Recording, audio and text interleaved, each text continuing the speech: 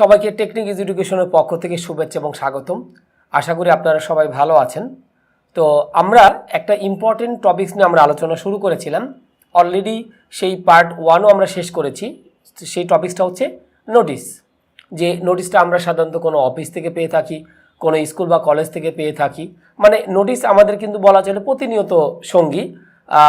প্রতিটা মানুষেরই কোনো না কোনো নোটিশ আমরা পেয়ে থাকি। তো আমরা এই নোটিশটা লিখেছি যে স্কুল বা কলেজের জন্য, যে এখান থেকে যদি আমাদের কোনো নোটিশ যদি পাবলিশড হয় তাহলে আমরা কিভাবে লিখব। তো আমরা এখানে যেটা লিখলাম যে নোটিশ পার্ট 2তে আপনাদের সবাইকে আমি স্বাগতম জানাচ্ছি।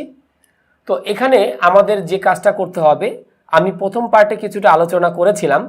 যদি কেউ আমরা নোটিশের পার্ট 1টা না দেখে থাকি, আমি আপনাদের সবাইকে বিনীত অনুরোধ করব যে আমাদের নোটিশ পার্ট 1টা সবাই আগে ভালোভাবে দেখবেন, তারপরে 2তে কিন্তু আসবেন।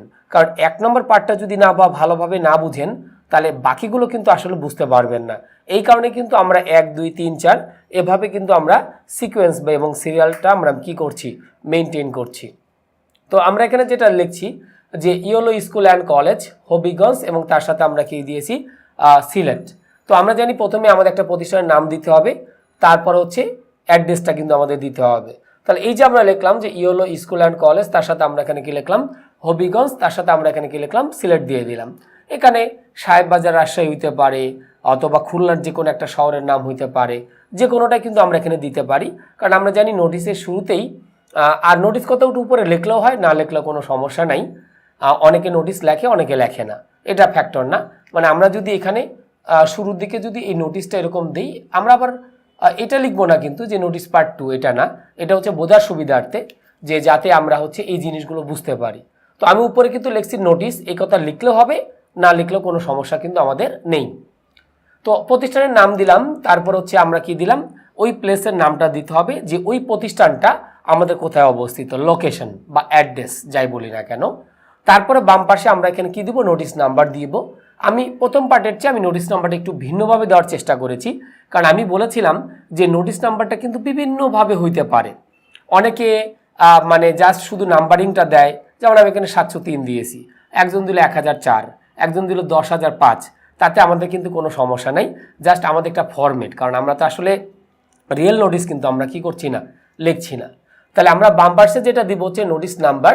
আমি এখানে ইয়েলো স্কুল অ্যান্ড কলেজ যেটা ছিল, অর্থাৎ সংক্ষেপে আমরা যেটা দিয়েছি YSC, এটা যে দিতেই হবে এমনটা কিন্তু না। অনেকে শুধু রেফারেন্স দেয় REF, জাস্ট তারপরে আমাদের কি দেওয়া আছে, ডট, তারপরে আমরা একটা কি দিয়েছি, নাম্বার দিয়েছি। বা আমি যদি এখানে শুধু 703 দিতাম তাহলে কিন্তু হইতো। আর ডান পাশে আমরা যেটা দিয়েছি হচ্ছে ডেট। ডেটটা কিন্তু আমরা জানি যে এখানে আমাদের যে নোটিশটা সেটা কি সম্পর্কে, যে national morning day. National morning day বলতে কিন্তু অনেকে আবার মনে করে 21শে ফেব্রুয়ারি, এটা কিন্তু ভুল ধারণা। আর এই ধারণাটা ক্লিয়ার করার জন্যই আমি কিন্তু নোটিশটা লিখছি। এই নোটিশটা অনেকটা আগে নোটিশের মতোই, বাট এটা লেখার উদ্দেশ্য হচ্ছে একটাই, যে আমাদের যে মর্নিং ডে সম্পর্কে যে আমাদের ভ্রান্ত ধারণাটা আছে সেটা যাতে আমাদের ভিতরে আর কাজ না করে।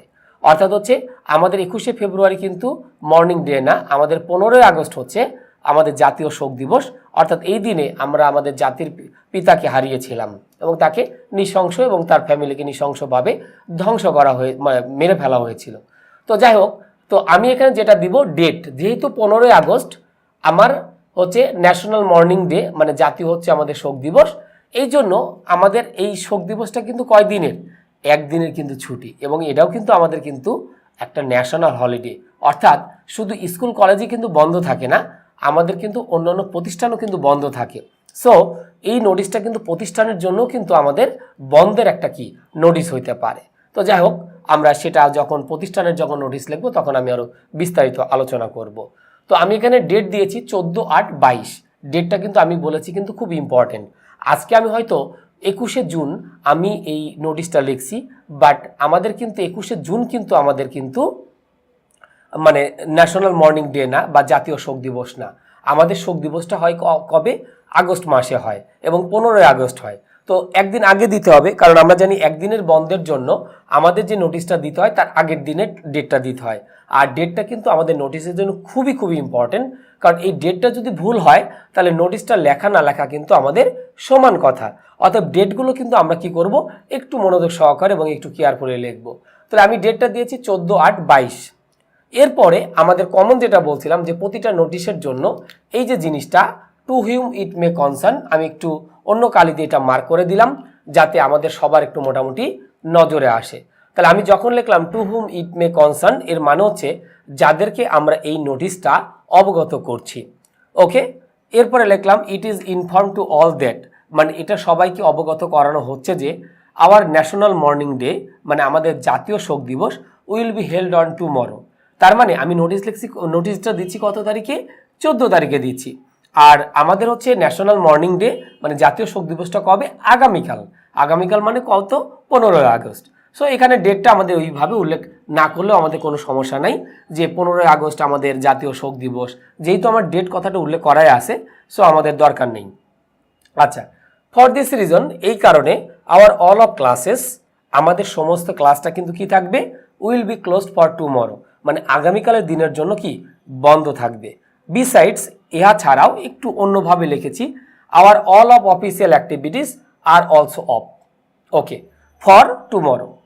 তো এছাড়াও আমাদের সমস্ত যে অফিসিয়াল যে কার্যক্রম, এটাও কিন্তু আমাদের কি থাকবে? আগামীকালের জন্য কিন্তু আমাদের কি থাকবে? বন্ধ থাকবে, সে কথাটা উল্লেখ করলাম। আর আগে কিন্তু আমরা লিখে দিয়েছিলাম যে all of activities, official activities will B closed বা উইল বি অফ, এরকম লিখে দিয়েছিলাম। তো এটা একটু আলাদাভাবে করে লিখলাম যে ইয়া ছাড়াও আমাদের অফিসিয়াল অ্যাক্টিভিটিসও কি আগামী দিনের জন্য কি থাকবে? বন্ধ থাকবে। এরপর আমরা যেটা লিখছি, আওয়ার অল অফ ক্লাসেস, আমাদের সমস্ত যে ক্লাসগুলো, সেটা আমাদের 1 to 12 হোক, 6 to 12 হোক, মানে যে ক্লাসগুলো হোক না কেন, hour all of classes and official activities, এবং আমাদের অফিসিয়াল যে কার্যক্রমগুলো উইল বি রিজিউমড, মানে আমাদের শুরু হবে অন, আমাদের 15 আগস্ট বন্ধ, তাহলে শুরু হবে কবে? অবশ্যই পরের দিন, কারণ 15 আগস্টের বন্ধ তো আর এমন না যে এক সপ্তাহের জন্য বা এক মাসের জন্য, এরকম তা না, একদিনের ছুটি। তাহলে একদিনের ছুটি বাদে তার পরের দিনে আমাদের কি হবে? আমাদের স্কুল কলেজ বা যাই হোক প্রাতিষ্ঠানিক কার্যক্রম শুরু হবে। কত তারিখ থেকে? 16/8/22, মানে 16/8-এ আমাদের অফিসিয়াল এবং হচ্ছে ক্লাসেস আমাদের কি হবে? শুরু হবে। ওকে, তাহলে আমরা এই যে নোটিশটা আমাদের কিন্তু এই যে যতটুকু আমি এখানে লিখেছি, এটুকু লিখলে কিন্তু আমাদের শেষ। যে প্রথম প্যারাতে কিন্তু আমি অলরেডি বলে দিয়েছি যে আমার প্রতিষ্ঠানটা কয়দিন বন্ধ থাকবে, কবে থেকে শুরু হবে, এই জিনিসগুলো কিন্তু আমরা অলরেডি কি করেছি? এখানে কিন্তু আমরা লিখে দিয়েছি। এরপর যদি আসি, অল অফ আওয়ার স্টুডেন্টস, আমাদের সমস্ত স্টুডেন্ট, টিচার্স, আমাদের শিক্ষক মণ্ডলী অ্যান্ড স্টাফস, এবং আমাদের যারা মানে হচ্ছে স্টাফ আছে, আর রিকোয়েস্টেড, তাদেরকে অনুরোধ করা হচ্ছে to attend the program for the national hero Sheikh Mujibur Rahman. তো আমাদের হচ্ছে যে বিষয়টা হচ্ছে যে এই যে আমাদের এক্সট্রা লাইনটা, এই লাইনটাই কিন্তু আমাদের কি করবে? আমাদের অন্য যে স্টুডেন্টরা লিখবে তাদেরকে কিন্তু আমাদের মার্কসটা একটু বাড়িয়ে দিবে। তাহলে এই ম্যাক্সিমাম জিনিস কিন্তু একই, যে 26শে মার্চ হোক, 21শে ফেব্রুয়ারি হোক, পয়লা বৈশাখ হোক। পয়লা বৈশাখে নর্মালি আমাদের ইয়েতে প্রতিষ্ঠানে অনুষ্ঠান হয় না, ভিক্টরি ডে হইতে পারে, মানে আমাদের 16 ডিসেম্বর হইতে পারে, আমাদের 15 আগস্ট হইতে পারে। তো দেখা যায় কি যে একটা প্রোগ্রাম হয়, তো দেখা যাচ্ছে শোক দিবসে তো আসলে ওইরকম সাংস্কৃতিক প্রোগ্রাম করাটা সম্ভবপর হয় না, একটা আলোচনা সভা হয়, তো সেটা আমি লিখেছি দ্য প্রোগ্রাম। আমি কিন্তু এখানে বলিনি কালচারাল প্রোগ্রাম। তাহলে এই প্রোগ্রামটা কাকে নিয়ে? যে আমাদের শেখ মুজিবুর রহমান নিয়ে, সেটা আমাদের হইতে পারে কোনো রচনা প্রতিযোগিতা বা তার কন্ট্রিবিউশন, মানে আমাদের জাতির জন্য যেটা ছিল, এটা সম্পর্কে আমরা লিখতে পারি। তো এইটা আমরা যে এই যে এক্সট্রা কিছু লিখলাম, এই এক্সট্রাটার জন্যই আমরা কিন্তু কি পাবো? অন্য জনের চেয়ে একটু বেশি মার্কস পাবো। কারণ যখন টিচার দেখবে যে অন্যান্য স্টুডেন্ট ওই আগে যে কবে বন্ধ হচ্ছে আর কবে খুলছে এইটুক লিখেই শেষ করে দিয়েছে, আর এই স্টুডেন্টটা কি করলো? বাড়তি কিছু লিখলো, যে এই যে আমাদের হচ্ছে এই 15 আগস্ট উপলক্ষে সবাইকে আমাদের অ্যাটেন্ড করার জন্য অনুরোধ করা হচ্ছে, এই যে জিনিসগুলো, এগুলো হচ্ছে এক্সট্রাভাবে সে লিখেছে, বা এক্সট্রা অর্ডিনারি আমাদের অ্যাক্টিভিটিস, এই কারণে তাকে হচ্ছে 1 মার্কস কি দিবে? বেশি দিবে। তাহলে আমাদের এখানে এক্সট্রা কারিকুলাম কিন্তু এই যে টু হুম ইট মে কনসার্ন, এটাও হইতে পারে, আবার লাস্টে যে আমরা 1 লাইন এক্সট্রা করে লিখতেছি এটাও হইতে পারে, এবং সর্বোপরি তারপরে আমরা যেটা দিব সিগনেচার অফ প্রিন্সিপাল, মানে আমাদের প্রিন্সিপালের কি দিতে হবে? সিগনেচার দিতে হবে। তো আমি এই সিগনেচারটা পেঁচিয়েও লিখতে পারি, আমি সোজা করেও লিখতে পারি, এটা আমাদের কোনো ফ্যাক্টর না। ফ্যাক্টরটা হচ্ছে আমাদের একটা সিগনেচার কিন্তু কি করতে হবে? দিতে হবে। এইটা হচ্ছে আমাদের সাধারণত কি মূল কথা। তাহলে আমি যদি আবার একটু এটা রিভিউ করি যে প্রথমত আমাদের কনফিউশন যেটা আমাদের তৈরি হয়, মানে যার জন্য কিন্তু আমি আবার নোটিশটা কি করেছি পুনরায় লিখেছি, সেটা হচ্ছে যে আমাদের ন্যাশনাল মর্নিং ডে হচ্ছে আমাদের 15 আগস্ট, আমাদের কিন্তু 21শে ফেব্রুয়ারি না। 21শে ফেব্রুয়ারি হচ্ছে আমাদের আন্তর্জাতিক মাতৃভাষা দিবস, আর 15 আগস্ট হচ্ছে আমাদের জাতীয় শোক দিবস, বা আমরা ইংলিশে যদি বলি our national morning day for আমাদের 15 আগস্ট। এটা আমাদের প্রতি বছরই এই দিবসে আমাদের পালন করা হয়। তাহলে আমরা শুরুতেই ওই প্রতিষ্ঠানে একটা নাম দিব, তারপরে এই লোকেশন যে জায়গায় অবস্থিত সেটা আমরা দিব, এরপর আমাদের অবশ্যই যে কাজটা করতে হবে একটা নোটিশ নাম্বার দিতে হবে। তো আমরা কিন্তু নোটিশ নাম্বারটা অলরেডি এখানে দিয়েছি। এরপরে লাস্টে আমরা যেটা দিয়েছি ডেটটা আমাদের কবে কবে হবে সেটা আমরা দিলাম। এরপরে টু হুম ইট মে কনসার্ন, যাদেরকে আমরা এই বিষয়গুলো কি করছি অবগত করছি, বা এই নোটিশটা অ্যাকচুয়ালি আমি কাদেরকে দিচ্ছি তাদের জন্য।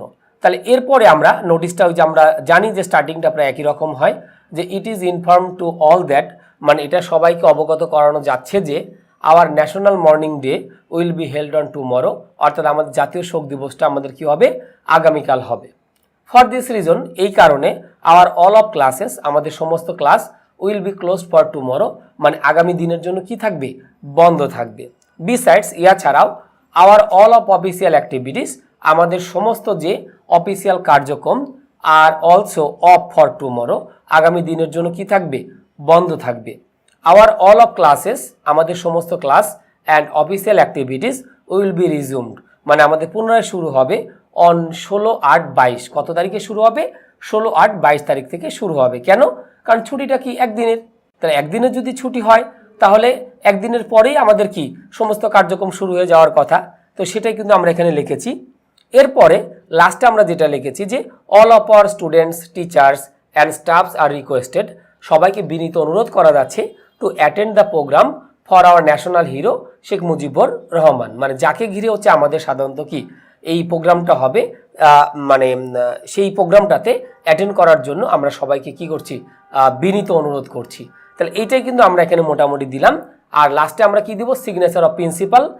এখানে প্রিন্সিপাল কেন, ব্যাখ্যাটা আমি আগেও বলেছি আবারও বলছি, যেহেতু আমার প্রতিষ্ঠানের নামে ইয়েলো স্কুল অ্যান্ড কলেজ দেওয়া আছে, তো যদি আমাদের স্কুল এবং কলেজ একসাথে যদি দেওয়া থাকে তাহলে সেই প্রতিষ্ঠানের প্রধান কিন্তু হচ্ছে প্রিন্সিপাল। সো এই কারণে প্রিন্সিপালটা কিন্তু আমাদের কি করতে হবে উল্লেখ করতে হবে।